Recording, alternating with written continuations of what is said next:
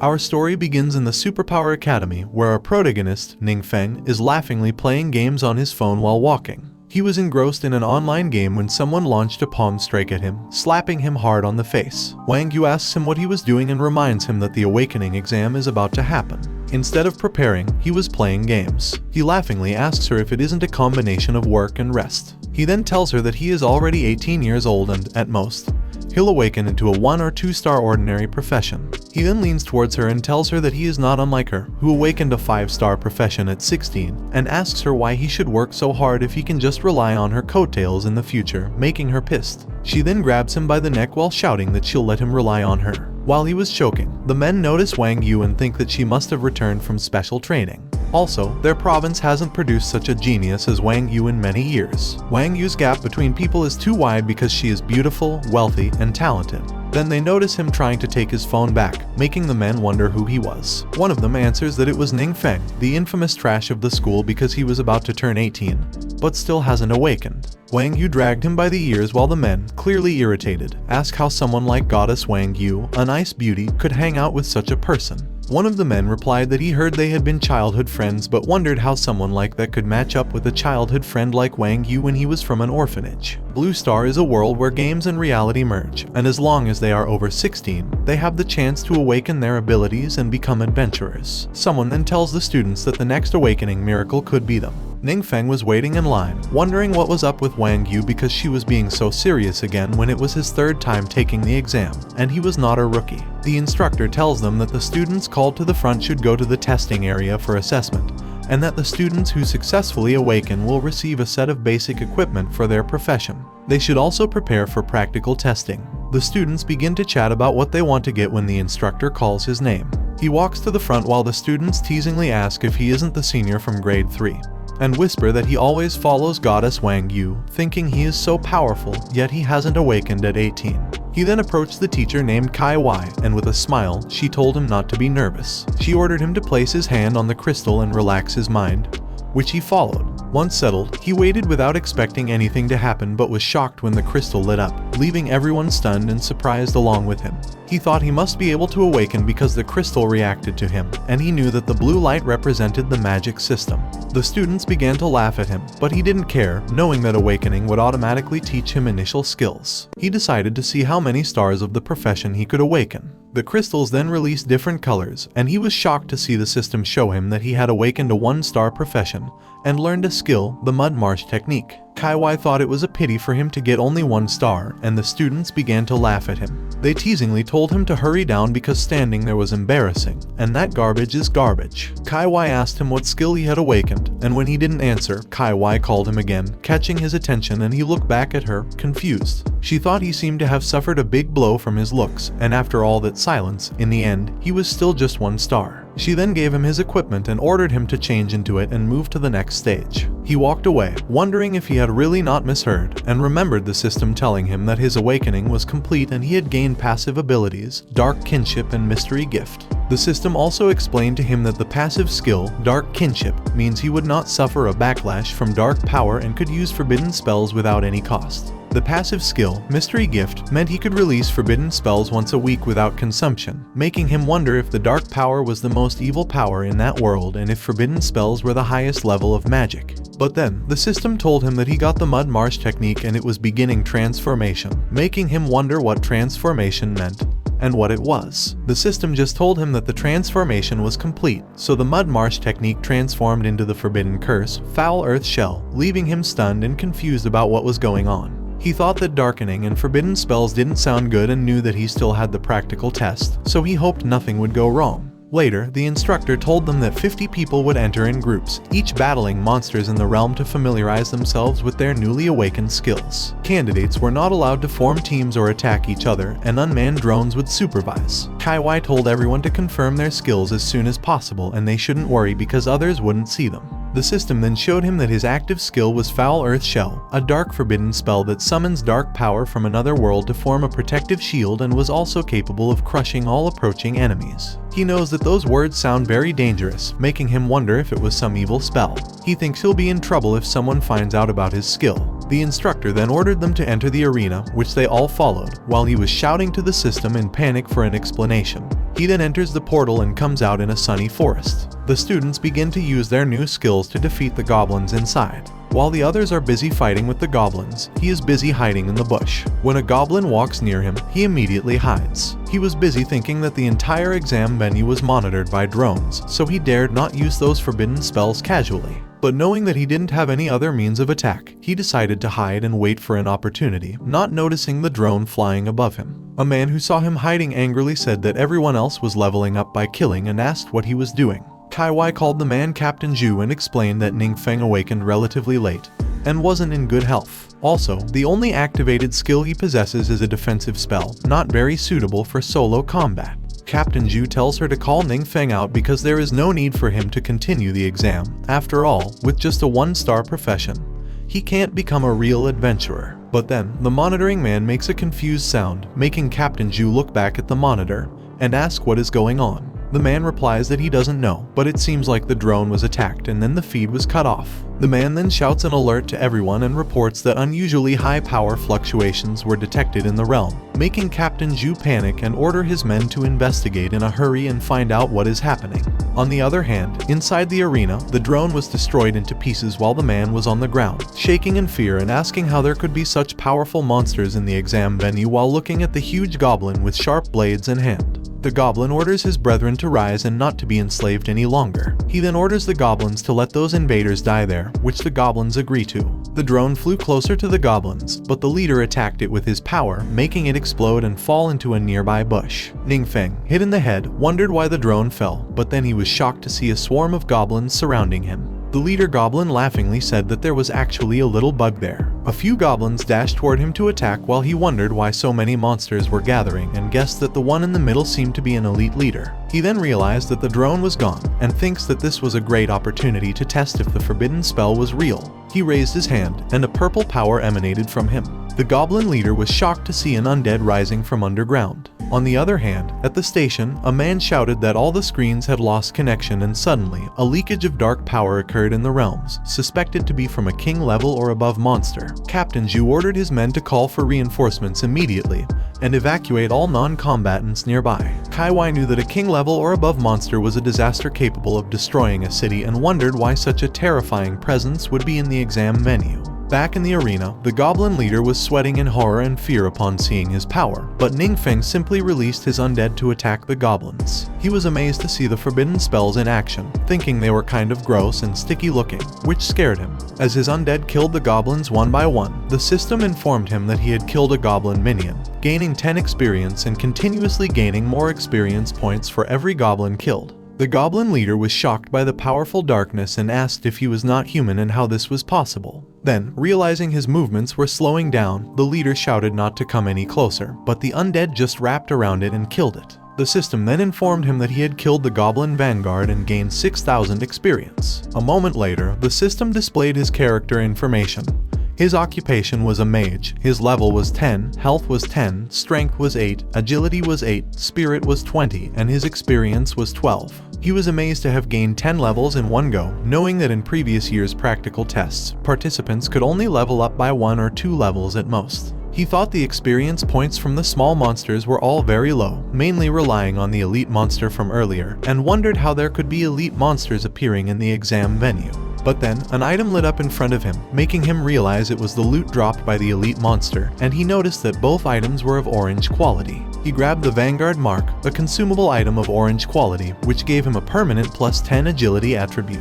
Then, there was the Shadow Butcher's Claw, also of orange quality, with a requirement level of 20. It provided plus 13 strength, plus 16 agility, plus 10% attack speed, plus 5% critical hit rate, and a 10% chance to trigger a combo, and it could be inlaid with up to 3 enhancements. He knew that orange quality was already considered epic level treasure, which meant they were definitely very valuable. And although he couldn't use the claw now, orange equipment could still sell for a lot of money. Excited at the thought of easily leveling up by killing monsters and finally getting rich, he was then startled when the captain ordered everyone to immediately abandon the test and used the teleport scroll to evacuate, making him wonder what was happening. Suddenly, he felt a strong power spreading around him, and when he peeked back, he was shocked to see holes in the ground, making him question why it was so desolate there, if it was the power of the forbidden curse, and if they were all traps. He immediately opened his scroll, knowing it would be terrible if someone found out, so he must run away. The other students used their scrolls to leave the arena too.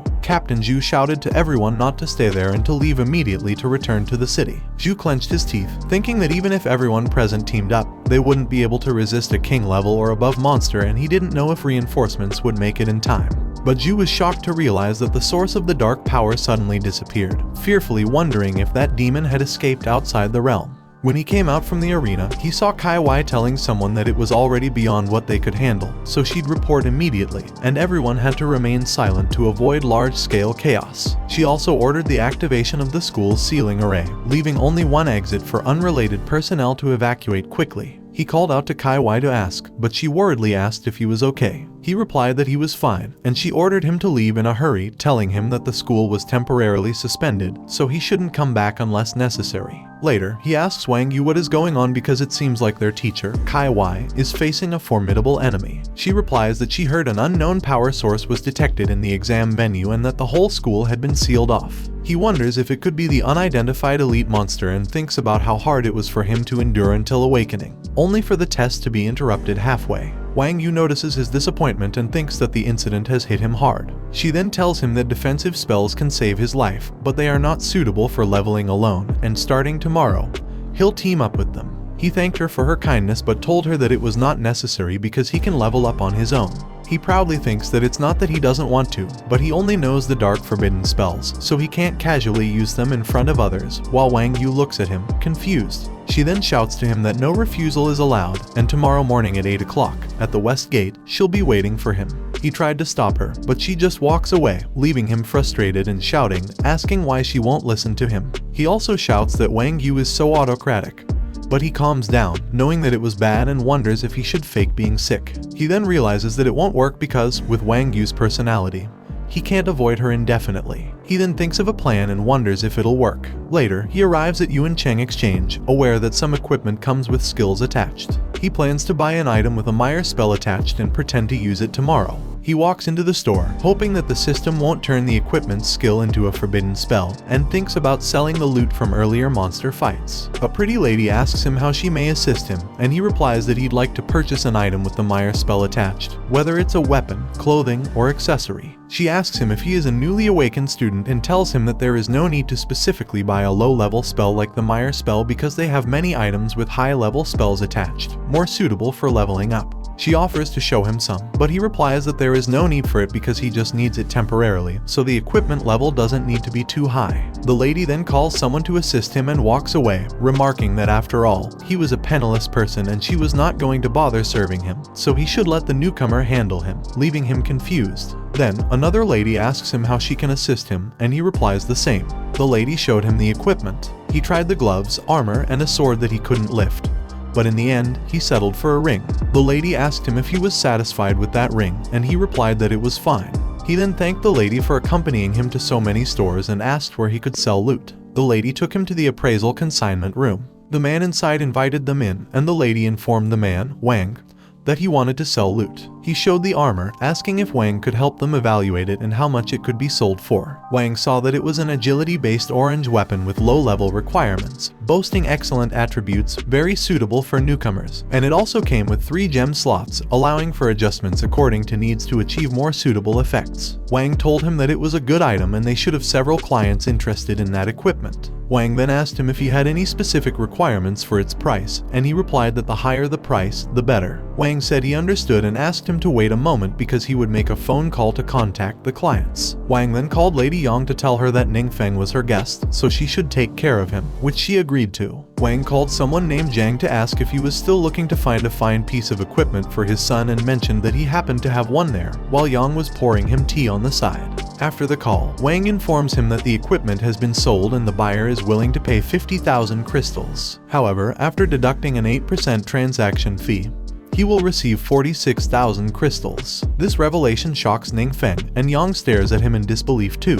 A moment later, Wang mentions that if he completes the formalities there, they'll transfer the money to his account immediately. Ningfeng replies that it was quick and he was just thinking about buying a few more pieces of equipment. Wang assures him that he'll recommend some shortly, guaranteeing his satisfaction. Outside the room, another lady asks the pretty lady from earlier if she didn't mention that she likes handsome guys the most and questions why she let that young man go. The pretty lady responds that she only likes rich and powerful handsome guys, implying that poor guys are not even worthy of carrying her shoes. Then, seeing him emerge with Wang and Yang, they question the pretty lady about why her client is now with Master Wang. The other lady reveals she heard that the handsome guy sold equipment for 50,000 crystal coins and was now choosing another piece of equipment, leaving them shocked to learn that it was more than 3 months' worth of their salary just in commission.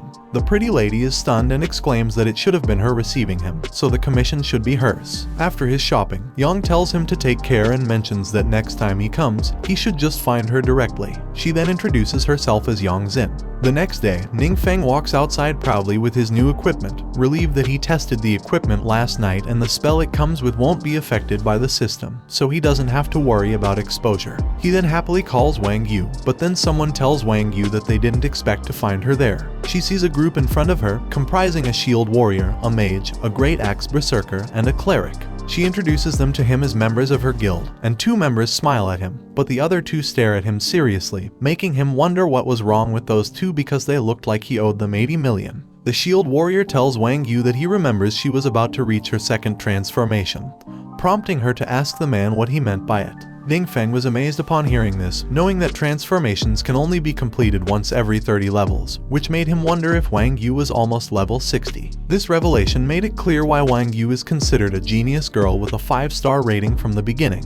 The man then replies that it was nothing much, he just wanted to give her a gift. He gave her an advanced agility potion that was consumable, of orange quality, and it permanently increased the agility attribute by +3. The berserker man exclaimed that it was an advanced potion that permanently increases attributes. The cleric asked if she was right to assume it was expensive. The man replied that expensive wasn't a big deal because it cost only 20 to 30,000 crystal coins. However, both of them agreed that the key issue was that such high-level potions are hard to come by, even with money. His father had asked many friends for help and finally managed to obtain one. She thanked the man for his kindness but told him he could take the gift back. However, the man disagreed, emphasizing that the potion was very precious. He then asked her if she wasn't determined to get into the top university. She turned around, replying that there was no need for it, and they still had things to do, so they should go first. The man, visibly angry, pointed at Ningfeng and asked Wang Yu if she was really going to waste time on that kind of trash. She angrily called the man Zhao Cheng to warn him, but Cheng teasingly asked her what was wrong and remarked that a 1-star was just trash and they would never amount to anything in their life.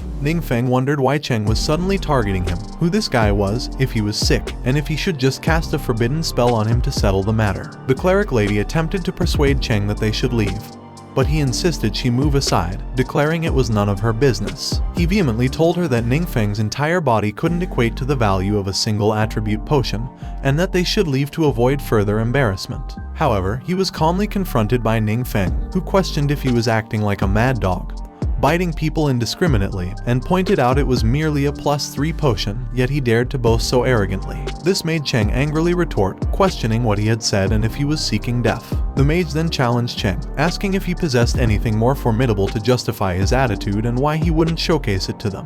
Cheng, agreeing with his team, told him that as long as he could produce such an item, he would kneel and kowtow to him, but if he failed, he would perform the gesture instead. Upon releasing the item, he instructed Cheng to prepare himself and presented it to Wang Yu as a gift. Surprised, she discovered it was a pioneer badge, an orange item that permanently enhanced attributes. She inquired about the item, having never encountered it before. Cheng, stuttering, questioned how an item could permanently provide a +10 attribute boost and speculated it was a falsehood. However, he confidently suggested they test it to see for themselves. Wang Yu, initially hesitant, accepted the badge on his assurance that he had found it at his home and intended it for her. Her team urged her to utilize the badge immediately, unable to contain their anticipation. Upon using it, she excitedly confirmed the increase in attributes, astonishing the cleric lady. Meanwhile, Cheng and the mage man denied the possibility, accusing Ningfeng of theft. He reminded Cheng to kowtow audibly due to his purported hearing impairment. Cheng, defiant, refused, but when Meng Yu questioned his hesitation,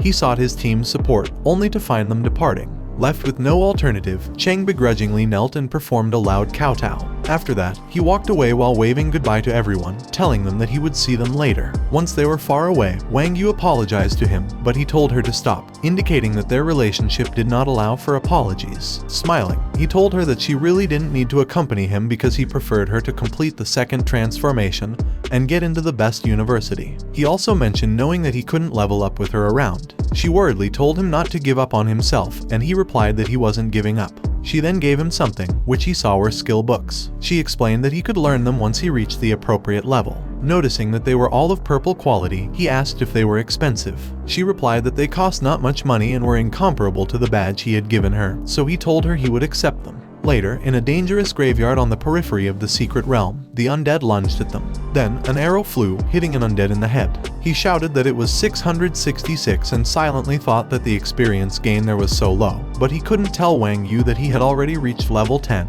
making him wonder what he could do when he felt helpless too. But then, Wang Yu's phone rang, and she answered it. The cleric lady informed her that they had just received news that the big boss, the fallen necromancer, was about to appear, and such an opportunity was quite rare. The lady then asked her if she wanted to pursue it. She asks her if she was coming. Cheng interrupted them by asking, "How else are we going to fight the boss if Wang Yu won't come?" Tell her that the fallen law necromancer can drop rare mage items, which are very important to him. Wang Yu was silent upon hearing this and looked at him, who was telling her to go because it was okay. They were both in that secret realm anyway, so he could level up later. She agreed and told him to go to the safe zone and wait for her, which he excitedly agreed to. She then jumped and flew away while he was shouting to her to take care and come play often when she had time, making her shout back at him to shut up.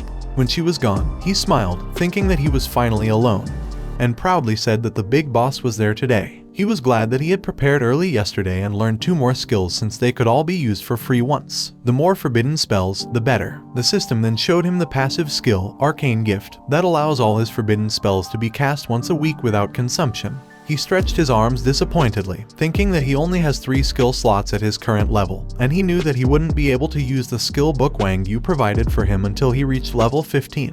He then looked at his 3 active skills and 2 passive skills. Meanwhile, in a perilous tomb, one of the men in the other team told his members that the big boss had appeared in the depths of the secret realm's high tower, and they needed to fight their way there from here. They should be careful because that dungeon is very difficult and the monsters inside are very dangerous. However, they were all shocked when a flaming power dashed past them. The lady told her team that there was already an adventurer team ahead, making the man stutteringly wonder how they were so far ahead. But the other men noticed that it was Wang Yu and Cheng from the Lion Guild, and told his team that even if they were put on a national scale, they were still extremely powerful newcomers. The other man agreed and told them that others didn't stand a chance while looking at the Lion Guild excitedly and easily killing monsters in the front. The cleric asked the Berserker man if he felt that Wang Yu had become even stronger, to which the Berserker man agreed and responded that, after all, Wang Yu's agility had increased by 10 points. Meanwhile, in the secret realm, within a perilous tomb deep, a forbidden black hole appeared, and he came out from it while excitedly saying that the forbidden spell of spatial magic, indeed fast, is called Void Step.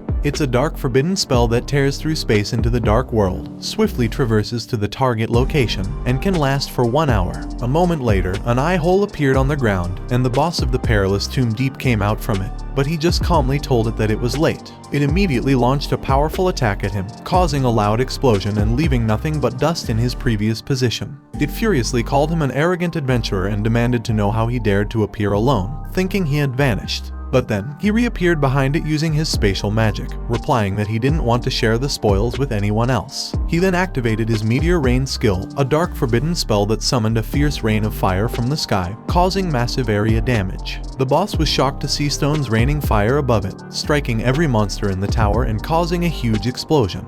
He immediately used his spatial magic to evacuate from the rain and saw the system showing him that he had killed a corpse demon, moon demon, erosion ghost, dark feast ghost, armor warrior, and true armor warrior, gaining 12 experience points in total, 200 for each of them. The system then showed him that he had killed a fallen law necromancer, making him gain 50,000 experience points and reach level 30. He walked to the dropped items, knowing the spoils were abundant and that he could use the pendant and gemstones. Unfortunately, the 2 skill books were not exclusive to mages, still, they were worth a lot of money. He decided to absorb the necromancer emblem, thinking that even if it reduced stamina, he could accept it. After absorbing the necromancer emblem, the system showed him that during transformation, he could unlock the hidden occupation, undead wizard, or activate the prerequisite tasks for the hidden occupation of all elemental mage. He smiled, knowing that hidden occupations are quite rare and innate, so there was no way to intervene, making him wonder if those emblems could be the key to activating hidden occupations. He then decided on his choice and shouted that they should not talk anymore because a real man should become an all-elemental mage. Meanwhile, his meteor rain spread to the perilous tomb where Wang Yu and her team were fighting. The berserker, panicking, asked what was wrong and shouted that it was a terrifying magic fluctuation.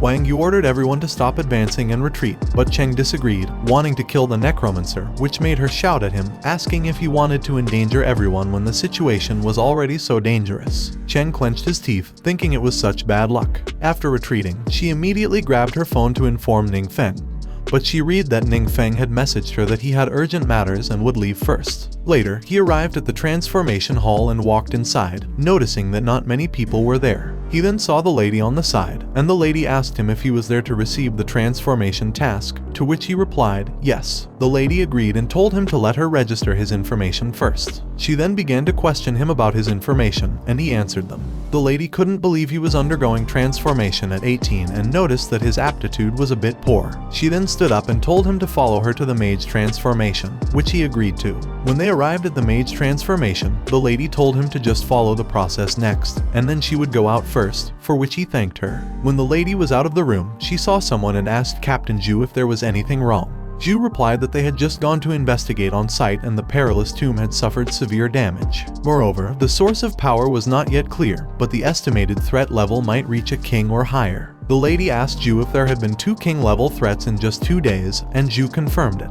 He then told her that he was sent by the higher-ups, requesting Solitary Shadow to take action. On the other hand, in the transformation room, the system showed Ningfeng that his first transfer mission was to become a Lick Wizard, with conditions to enter the realm of illusion, Wumang Gui Tomb, and obtain the mission item, the Blood Soul Crown. The time limit is 3 days, and the difficulty is a level. The other option is the All-System Mage God, which is the first transfer mission prequel, with conditions to enter the realm of illusions, Huyang Divine Temple, and obtain the mission item, the Holy Emblem. The time limit is 3 days, and the difficulty is S level. He chooses the All-System Mage God, thinking that it is just a prequel mission. The system asks him to verify the relevant information again. After his mission is settled, he comes out of the room, thinking that it is truly worthy of a hidden profession. Even an S-level mission has appeared. He was glad that they gave him 3 days, so it was not too stressful for him. Another lady smiled and said goodbye to him, and he smiled and waved goodbye, but he noticed that it was not the lady from earlier. Meanwhile, in the perilous tomb, a man excitedly tells Zhu that it is the first time he has seen a member of Solitary Shadow, and that their outfit is different. However, Zhu tells the man to be quiet and responds that, after all, the existence of that organization is an official secret. Zhu explained that it is said that members of Solitary Shadow all possess rare hidden professions that allow them to use the power of darkness in combat, specializing in executing special missions. The lady touched her head in pain and told everyone that it was such a powerful power of darkness that, even though it had dissipated a lot, it still affected her. She tells you that she didn't find any clues and it seems that the culprit disappeared after causing the damage, making it impossible to decide their purpose. Zhu tells her that recently, he has received reports frequently that some secret realms have shown unusual signs, which may be a prelude to some kind of crisis, and asks if there is any connection between them. She replied that it was hard to say and that she would consult with superiors and increase manpower. Zhu couldn't believe that even the famous Solitary Shadow, Quang Lan, found it troublesome. The man asks Quang Lan if the culprit is confined to a monster and if it could be others, but she asks the man back if he means if the culprit is a mutant like her, making the man apologize to her and explain that he didn't mean anything else. She calmly replies that the threat level there has exceeded the king level, and to control such a huge power of darkness, the cost is not something that the human body can bear. The man asks if it means there is an exceptionally powerful monster hidden in the city which could bring about a catastrophe at any time, to which she agrees and replies that it is likely hiding in the dark and must be found as soon as possible. Meanwhile, the monster they were talking about was in his home, finding comfort in the dim environment. He sat on his bed, thinking that after reaching level 30, 4 more skill slots had been added. He decided to start by learning 2 books Wang Yu had given him. He then told the system that he wanted to learn a passive skill, Foul Earth Defense, and clicked on it.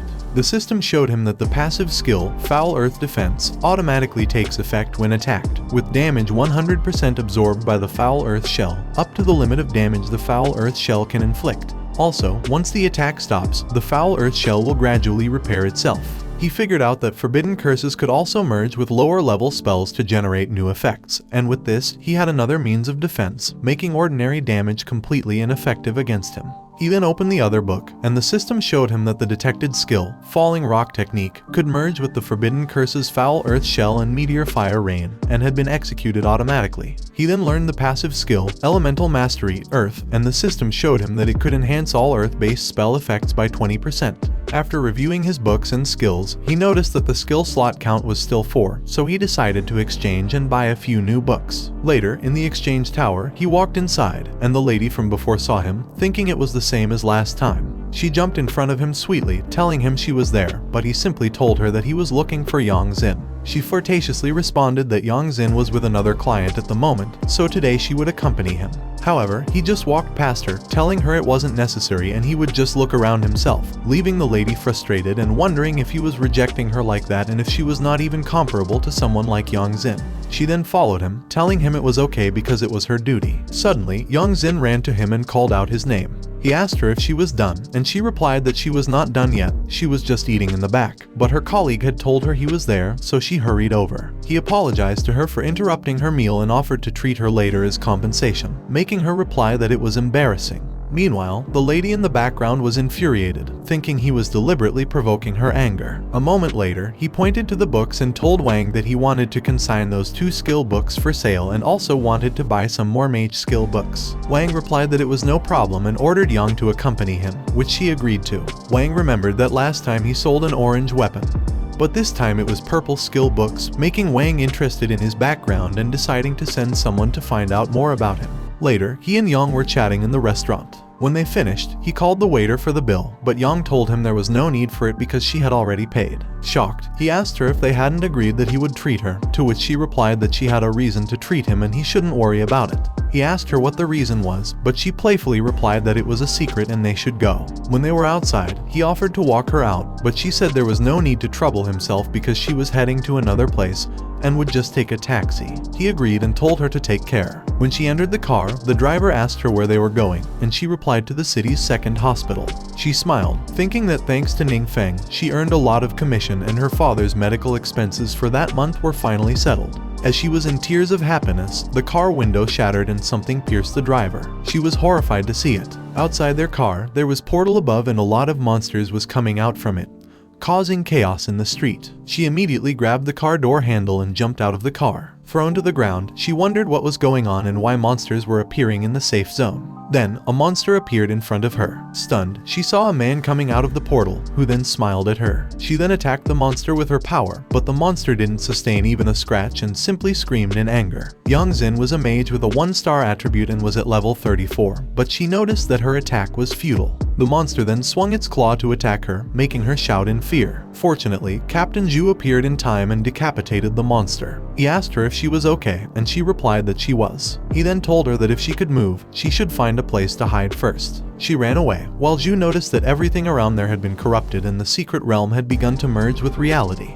He had never seen such a serious situation before. He then looked at the monster he had just killed and noticed that these monsters were not something a 1-star ordinary person could handle, making him remember his colleague's words that an exceptionally powerful monster hidden in the city could bring about a catastrophe at any time. Suddenly, sharp fingers reached for him, but fortunately, he jumped away in time to dodge them. He asked the person who attacked him if he was a mutant, and the man replied that he was not that kind of trash because he was the guardian of the power of darkness. This made Zhu wonder what the man meant by a guardian, as he had never heard of it before, but he decided to set his curiosity aside, knowing that it was not the time to dwell on such things. He then swung his sword at the man, but the man merely punched his sword, throwing him away. He realized that his situation was not good because the man was at least at the level of a 3rd transfer or higher. The man then put his finger on the ground, releasing his power and laughingly said that it was his territory. He then released a dark power around them, telling Zhu that a weakling like him was no match for him, and jumped at him to attack, thinking that no one was a match for him. The man pierced his sharp claws into him, and the force threw him away. The man laughingly shouted that he had really become stronger and that he felt a constant surge of power by stepping on that land. Suddenly, the man's skull pendant called the man a lowly human and told him not to indulge himself, making the man apologize. Someone in the crack in the sky reminded the man that his power was granted by him and that without him, he would be nothing more than a crawling creature in the dirt like his kind. An eye then appeared in the crack, and demons slowly came out of it. The demon ordered the man, who was kneeling on the ground and shaking in fear, to prove to him that he still had value and he should use the people in the city as sacrifices for his dominion over that world, which the man respectfully agreed to. Meanwhile, someone swung the curtain aside, and it was Ningfeng who emerged from a public restroom. He was shocked to see dead bodies outside and a monster, making him wonder what was going on and what had happened, since he had just come back to use the toilet. The monster then looked back at him and dashed to attack, but the ground in front of him cracked, and he simply attacked the monster with his earth spike wall. He was glad that he had spent a lot of money to buy that weapon today, which came with a purple skill and just happened to complement his death magic bonus. He then came out of the building and was shocked to see that the street was corrupted. He then saw someone dragging a dead body, and the man threw the dead body aside when he saw Ningfeng, annoyed that there were still some overlooked insects. The man then jumped and launched his sharp claws at him, taking Ningfeng by surprise. The man successfully grabbed him, but was shocked to see Ningfeng releasing a shield, making his powerful arm shake. The man stutteringly asked how Ningfeng could block his attack, and the demon told the man that it was indeed a power of darkness. The demon also told the man that Ningfeng's power far exceeded his, but then corrected himself, stating that he sensed a more terrifying aura than death from Ningfeng.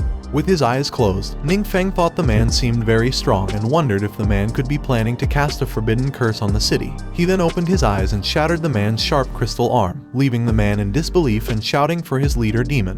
However, the demon simply told the man that the user he was trying to reach was out of service, so he should deal with it himself. The demons then flew up to the sky and rushed back to the crack, with the leader demon telling the demons to hurry back because they were closing. Eventually, the crack closed, and the man who was left asked what was happening and how his power disappeared. Ningfeng just smiled at the man. The so-called mutants are those who, during the awakening process, gain the hidden profession of darkness. They can wield the power of darkness, which makes them stronger than ordinary professions of the same level. However, once they lose the protection of the power of darkness, they become vulnerable. The man screams as his body pierced with an earth spike, killing him instantly. Ningfeng knows that the man could be quite troublesome but is relieved that he can focus on offense without worrying about defense. He then decides to quickly pick up the spoils on the ground and hurry home before anyone notices him. A moment later, in the destroyed city, Quang Lan and a lady appear. The lady informs Quang Lan that the monster has retreated and the invasion from the realm has ceased. She notices that two destructive spells, one being the intrusion of the realm into reality, both appear and disappear suddenly, leaving her puzzled about their enemy's intentions. She then inquires about the situation elsewhere, and the lady responds that it's basically safe, except for the heavy losses suffered by the team in the south of the city, with the current situation unknown. Remembering that the south of the city is where Zhu is in charge, she suggests that they should go there to investigate. Meanwhile, someone is looking at the man who was pierced and killed. Duan wonders if all the man's belongings have been taken. Suddenly, Quang Lan appears and orders Duan not to move. She then questions his identity. Duan shows his badge, indicating he is a member of the Cloud Realm, and assures her not to be nervous. She recognizes the badge and acknowledges that he belongs to the unofficial organization composed entirely of fighters, which he confirms. She mentions that she's heard they always act in secrecy and asks why he was there. Duan explains that the dead man was originally a member of their group but betrayed the organization and assisted the realm in invading reality, leading to a monster assault on their camp and resulting in many casualties except for a few survivors. The lady questions if this incident is similar to the recent events and wonders if the realm invasion stopped because the man died. Duan counters with a question about whether they killed the man. She responds that they didn't and are unaware of who did. Duan mentions that the man liked to hide in realm space, highlighting his cunning nature and his own failed attempts to find him. Reflecting on the situation, Quang Lan realizes that despite Zhu's strength, the entire army was wiped out, suggesting that directly killing the enemy stopped the realm invasion. This revelation leads Quang Lan and Duan to speculate whether there exists such a formidable figure in Kinyu City. Duan then walks away, prompting her to ask where he is going, to which he replies that he is off to find something. Meanwhile, in Ningfeng's home, he was shouting with happiness upon discovering that the man's drop actually included 2 pieces of orange set equipment for the fighter profession. They are Eternal Glory, a top set accessory of orange quality with a level requirement of 120, and then Eternal Glory Pants, another set accessory of orange quality, also requiring level 120. However, he remembered that the man wasn't wearing them, leading him to guess that it was probably because the man's level wasn't high enough. He knew that if the man had worn them, he would have had to use forbidden techniques to defeat the man. He then stares at the man's pendant, noting its strange appearance, lack of quality, and unknown information. Flicking the pendant, he hoped there was no ancient god hidden inside of it. The pendant didn't move, but using the pendant, the demon was watching him. The demon, glad that he reacted quickly and closed the realm, hoped he hadn't been discovered. When Ningfeng stared at the pendant and expressed his hope that no ancient god was hidden inside, the demon jumped in shock and panically ordered his demons to cut off all their contacts and not to expose their location hastily, which the monsters quickly followed. The demon sighed with relief, thinking it was close and admitting it scared him to death. He also wondered how Ningfeng sensed him. The next day, in the city hospital, Zhu lay on the hospital bed, covered in bandages, and told Quang Lan that it was the young fighter who had saved them.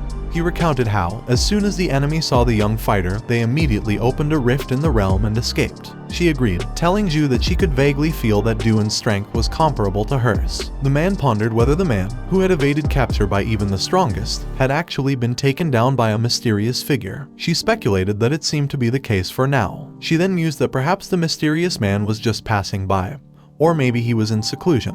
In any case, this mysterious figure definitely wasn't registered anywhere, and aside from some traces of ordinary magic, there were no special findings on the battlefield. Zhu expressed relief at the thought of the mysterious figure living among them, feeling very safe at the prospect. The man then shared his exaggerated idea, wondering if remnants of dark power remained on the battlefield from the previous night. She confirmed his suspicions, explaining that their enemies were monsters from another realm. The man admitted his confusion, merely guessing about the situation, and speculated whether the mysterious figure could also be a mutant. He noted that the two devastating spells hadn't caused any casualties and pondered if the mysterious figure could be a mutant. Zhu dismissed the thought as impossible and an overreach, but Quang Lan took the suggestion seriously. Meanwhile, at the border, Ningfeng announced his intention to undertake the job change task and inquired whether he could pass through. The men allowed him to pass, and he saw the Temple of Radiance. As he started walking toward the temple, he was unaware that someone was following him. It was Duan, trying to investigate him. A few days ago, at the exchange, the lady informed Wang that Duan had come to see him. Wang greeted Duan and told him that he had heard Duan wanted to buy a set of 4 transferred fighters' suits. The lady thought to herself that with such a high-level and handsome man as Duan, who was generous with his money, they wouldn't have to worry in the future if they could get Duan on board. Wang then mentioned to Duan that, coincidentally, they had an old customer who had just called and was ready to sell a 4 transfer fighters' suit. But this old customer only had 2 pieces at the moment, a top and a pair of pants. Duan inquired about the whereabouts of this old customer, to which Wang replied that the customer had some engagements today and couldn't make it. However, Duan noted that the details about the 4 transfers, 2 pieces, a top, and pants all matched key information about his master's relic. Although it hadn't been confirmed firsthand, the suit mentioned was most likely his master's. Duan asked Wang if he could tell him where his old customer was and said he could pay for the information, which surprised Wang. Wang wondered about the coincidence, remembering that just as Ningfeng said he was going to sell the suit, Duan showed up asking about it, as if it had been planned. Wang then recalled that his old customer had mentioned going to a neighboring city for some business and suggested he should call to confirm. Later, Wang inquired if Duan had already left, and the lady confirmed she had seen him off. She then asked if something was wrong, and Wang shared that he had someone investigate Ningfeng's background previously. It was discovered that Ningfeng's parents, both ordinary 2-star professionals, had disappeared in an accident when Ningfeng was young, leaving Ningfeng alone. Ningfeng had attended the 7th middle school in the city and awakened at 18. But he was only a 1-star professional. Upon hearing this, the lady was surprised and told Wang that she thought Ningfeng was impressive, but it turns out that Ningfeng was so unremarkable. She mused that she had always thought there was something off about Ningfeng, looking so poor, but now it was exposed. She then questioned where Ningfeng had acquired the items he sold at their trading post, given that a 1-star professional couldn't obtain such valuable items. Wang replied that this was the problem, and although Ningfeng was friends with the daughter of the Wang family group, the Wang family group hadn't helped him much. The lady noted that Duan seemed very unhappy earlier, and asked Wang if Ningfeng's suit could have been stolen. Wang responded that it might not have been stolen, but it was probably not obtained through legitimate means, and this time, Ningfeng seems to have provoked someone he shouldn't have. The lady excitedly replied that a 4 transfer expert is a top figure even in Beishan province, and concluded that Ningfeng's items must have been stolen, which piqued her interest in Ningfeng. Back at the Temple of Radiance, Duan was hiding behind a rock, silently following Ningfeng. He couldn't believe that such a young person could repel the invasion of the realm, especially considering that even a strong person like his master was defeated by the realm's boss. Duan then jumped behind another rock to continue his surveillance, pondering that according to the information he had, his master's relic might be in Ningfeng's possession. If Ningfeng wasn't the formidable one, then it must be someone supporting Ningfeng from behind. However, Duan understood the importance of caution, which is why he chose to remain hidden. Upon arriving at the Temple of Radiance's entrance, Ningfeng observed adventurers battling monsters. Duan noticed Ningfeng changing his outfit and believed that by assessing Ningfeng's equipment, he could roughly gauge Ningfeng's strength. After completing his outfit change, Ningfeng appeared exceedingly ordinary, resembling a student who hadn't yet graduated.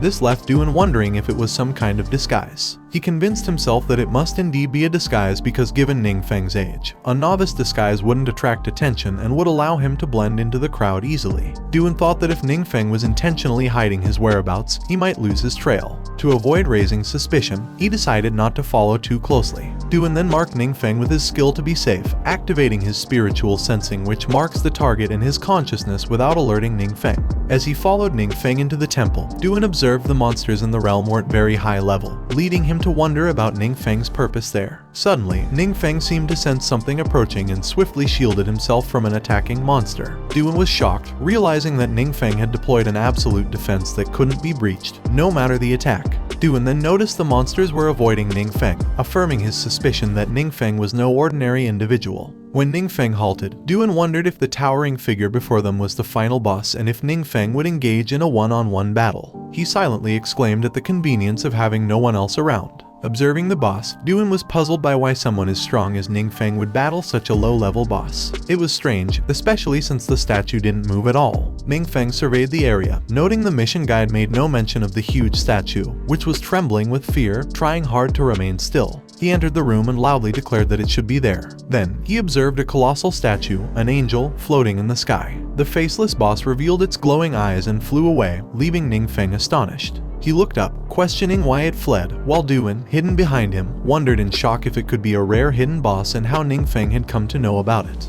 The system informed Ningfeng that his mission was the all-series mage first turn mission. The prerequisites were to enter the Realm of Glory Temple, obtain the mission item, the Holy Emblem, and defeat the temple's hidden boss, the six-winged angel. Ningfeng smiled as he approached the angel, satisfied that it was truly an S-rank mission, and pondered who could handle it if it were an average first turn. The angel, proclaiming its fear, shouted that it was too scary and questioned where else it could flee within its own realm. As it hurriedly tried to fly away, a formidable thunderstorm gathered above the temple. Despite its fear, the angel didn't hesitate to ascend, attempting to escape Ningfeng's presence. Ningfeng raised his open palm upwards, activating his Thunderfall descent skill, which could summon a massive thunderstorm, calling down the power of the heavens. A huge eye materialized in the sky, unleashing a powerful thunderbolt that struck the fleeing angel, causing it to slowly disintegrate into ashes. The thunder also turned the temple into ash, and Duan was on the ground, fearing what he had witnessed. Duan couldn't believe it because he had never seen that kind of world-destroying magic before. Duan knew that the strength of Ningfeng was definitely above his master's, making him wonder if Ningfeng could be the rumored 8-turn powerhouse. On the other hand, Ningfeng sighed, thinking that before completing the first turn, his level couldn't increase any further. He noticed that he had accumulated many experience points, which were simply a waste to him. However, he decided to forget about it because, with the emblem in his hand, he would go back and complete the mission. The emblem was the Holy Emblem, consumable, of orange quality, and it could permanently increase spiritual attributes by 8 and the recovery effect by 100%. He then took out his teleport scroll to go back, but Duan rushed to him and called him Big Shot to tell him to wait a moment. He was stunned in horror upon hearing Duan and wondered when Duan had come and if he had seen it. Duan noticed that Ningfeng's expression looked very unhappy, so Duan told him not to be angry and that he could explain.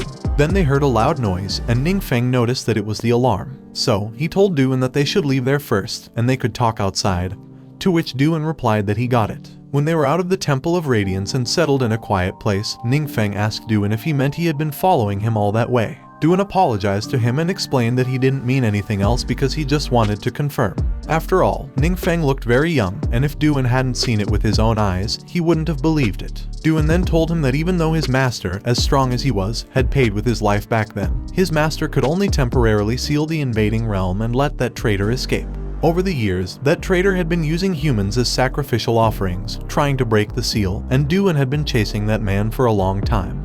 but without success. Ningfeng knew that Duan was a 4th turn powerhouse and thought that if Duan hadn't revealed himself, he wouldn't have noticed at all. But he knew that in the end, it was because his level was too low, and at that rate, exposure was just a matter of time. Duan was in horror when he noticed that Ningfeng suddenly fell silent and wondered if Ningfeng could be planning to silence him to cover his tracks. Duan then told him that he really appreciated him avenging his master, so if he ever needed anything in the future, he should let him know. Ningfeng knew that Duan's level was not low and Duan was a lone wolf, so if he could establish a good relationship with Duan, he guessed it would be useful. He then told Duan that he didn't want anyone else besides him to know about today's matter, and Duan confidently replied that he could rest assured that he would keep that secret. Duan knows that Ningfeng's magic carries a strong dark power, but it does not harm the innocent. Moreover, Ningfeng repelled the realm invasion and saved the entire city. So, no matter the reason, Duan knows that Ningfeng deserves his respect. They then walk to leave, with Duan looking at Ningfeng and deciding to settle down in Kinyu City since he has nowhere else to go. Suddenly, his phone rang, and when he answered it, it was his teacher, Kai Wai. Kai Wai asked him where he was and if he needed anything because she was out of town and getting ready to come back.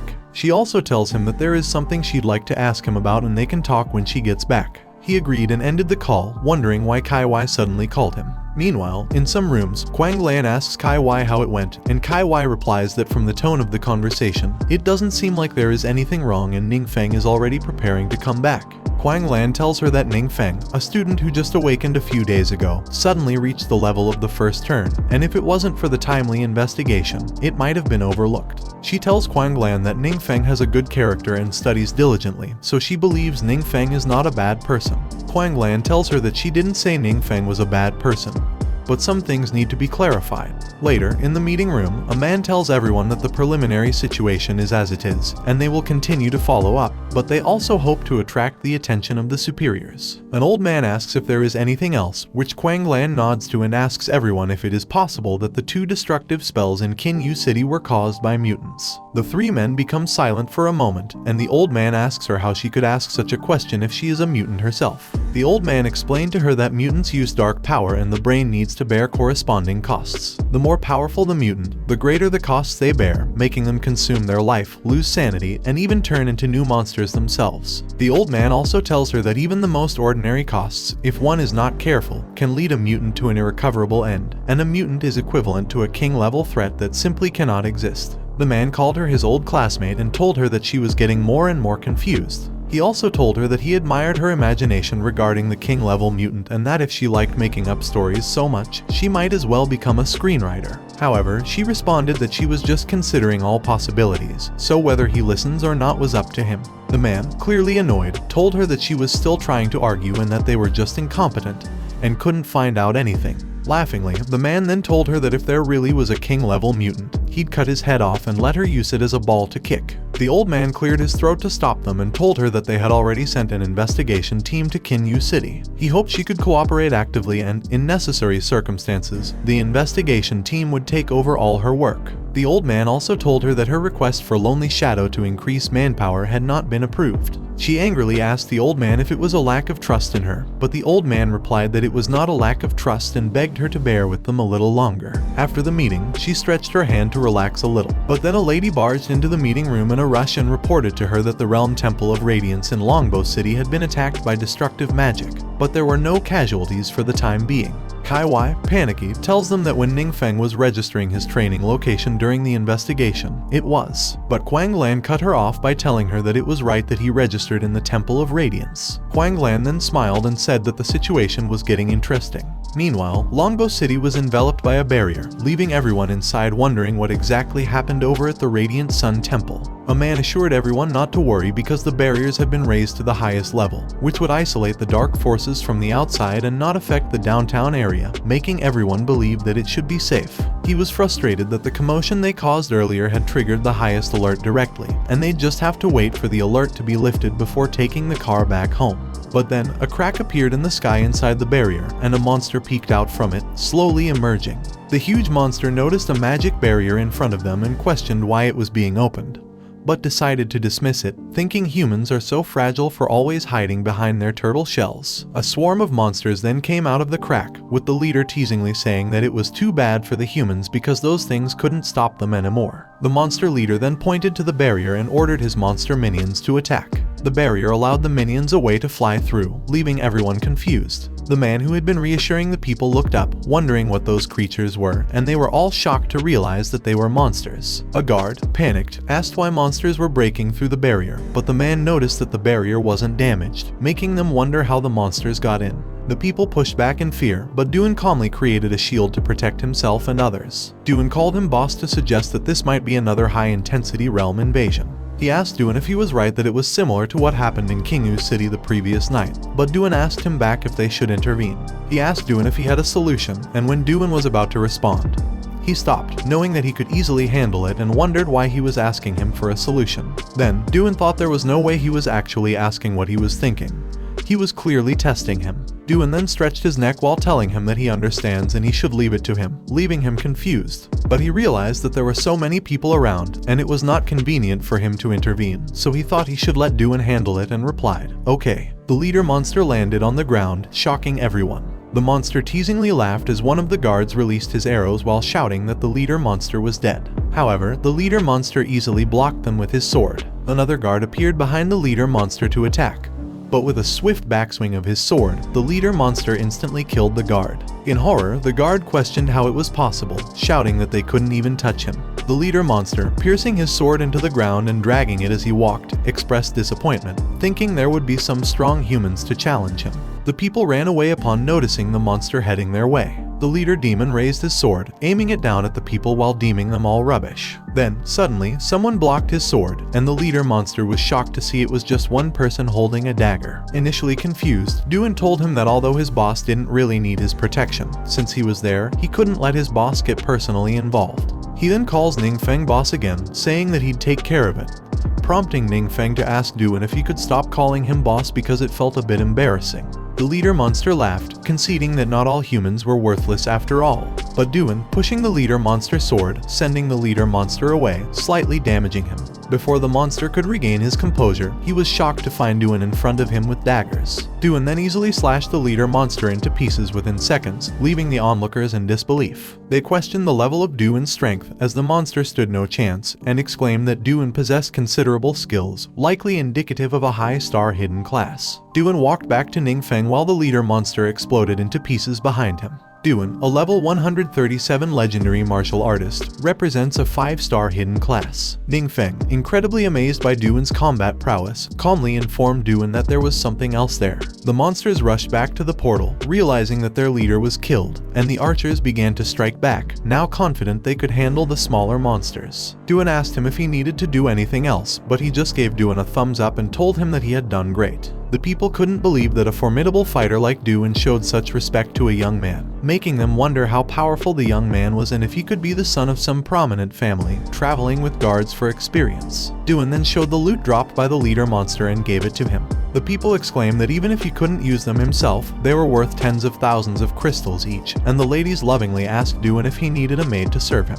He saw that one item was a big golden charm named Chasing Red, which he thought was an agility skill book perfect for Wang Yu. The other item was Dark Shield, and he told Doon that they would sell the shield for money later. A warrior, being helped by a priest, called them two mighty warriors and asked if they could have a word with them, which they agreed to. A moment later, the mayor of the city respectfully thanked them for intervening and saving Longbow City. The man then introduced himself as Kai Dongming, the mayor of Longbow City, and noted that they seemed unfamiliar and not like locals. He replied that they were originally there on business but had been stuck there and couldn't leave for now. He then inquired if Kai Dongming had any idea why they were there. Kai Dongming, visibly afraid, replied no and asked if it was because they had triggered the highest alert. Kai Dongming then apologized, admitting that it was their fault for causing such inconvenience. He quickly clarified that it was not their fault, knowing he was the one who had caused it. Kai Dongming then ordered his man to fetch the flight scroll they had just bought and offered it as an apology, which the man agrees to. He was surprised upon hearing this, knowing that the flight scroll was a rare find in those parts, and although it was single use, it made short distance travel convenient and fast. Kai Dongming mentioned they had an unpleasant request due to the chaos lately and asked if they could stay in Longbow City for a few days because, as they saw, their defense forces were indeed a bit thin.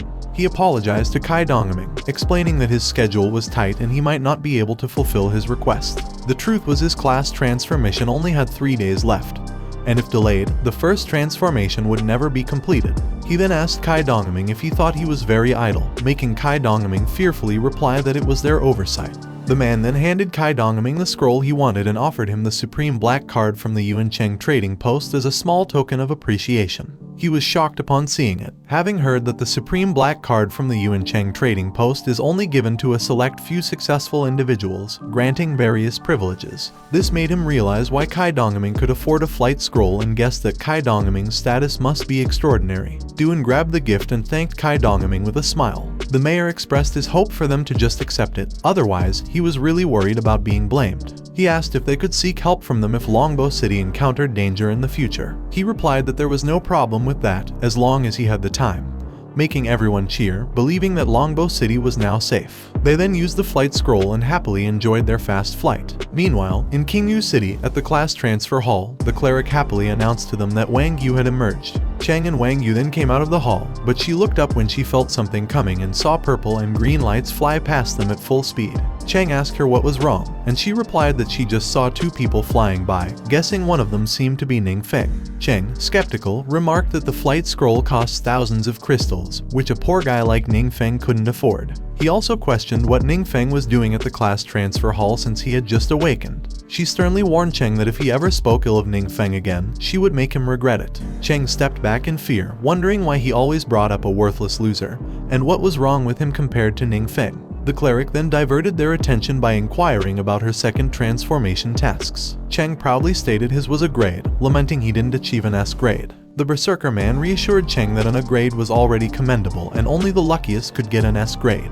The mage man added that completing a second transformation at 18 was already an achievement coveted by top universities, and A grade tasks were rare opportunities. The cleric then turned to Wang Yu, who silently looked down, prompting a pause from the group. The cleric noted Wang Yu's strange expression and speculated if she had drawn a task below C rank. Chen smugly thought that even the praised genius girl has her off days, as the task level directly affects attribute bonuses and skill unlocks. Chen consoled her not to be too upset and to just work hard to catch up in the future, offering his help if she fell behind with a C grade task, thinking it was quite a setback. She angrily informed Cheng that she was not upset about an A grade, so she wouldn't be upset about an S grade, leaving her whole team shocked. The cleric asked her why she hadn't said so earlier, and she replied that it was because her situation seemed different from others, revealing her task had unlocked a hidden class never seen before. Well guys, that's the end of the video. If you like this video, comment part 2 in the comments section. Also subscribe to the channel, hit the bell and like the video. Thank you for watching and see you next time again.